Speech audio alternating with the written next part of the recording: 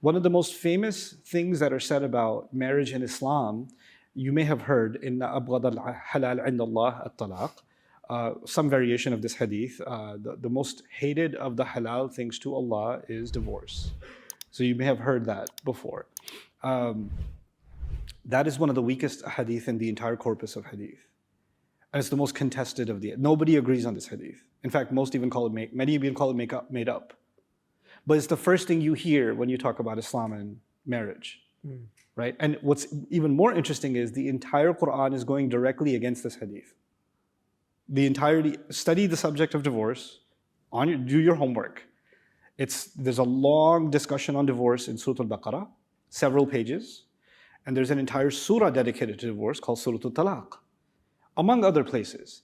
And you'll find Allah is actually very compassionate about two people coming together with good intention to start a family, to live together in harmony, and not because one person was toxic or narcissistic or abusive or a devil.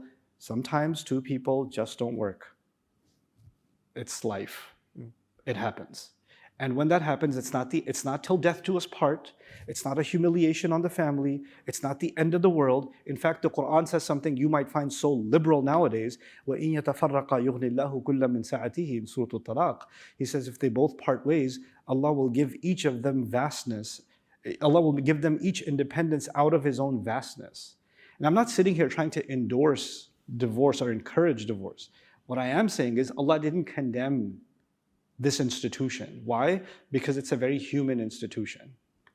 And the idea of marriage, let's look at the Quranic concept of marriage. The idea behind marriage is men and women have come to an agreement to be in a relationship where each understands their responsibility. And actually, most importantly, men were given financial responsibility above, it's from the text of the Quran I'm saying. If you study the text, the primary obligation is actually financial in nature. Then comes with it protection and kindness, and all those are the spirit of marriage. But the law of marriage, what makes the marriage legally valid, is actually the financial and the protective component. Now, what we've done is we've created a culture in many, many Muslim families, cultures, even in minority communities or in South Asia or in the Arab, anywhere, where if a woman gets divorced for some reason, even if she has legitimate reason, first of all, we say it better be a life or death reason before you can say that I don't want to be married, right? If you're just unhappy or you feel like it's not peaceful or you're in fitna.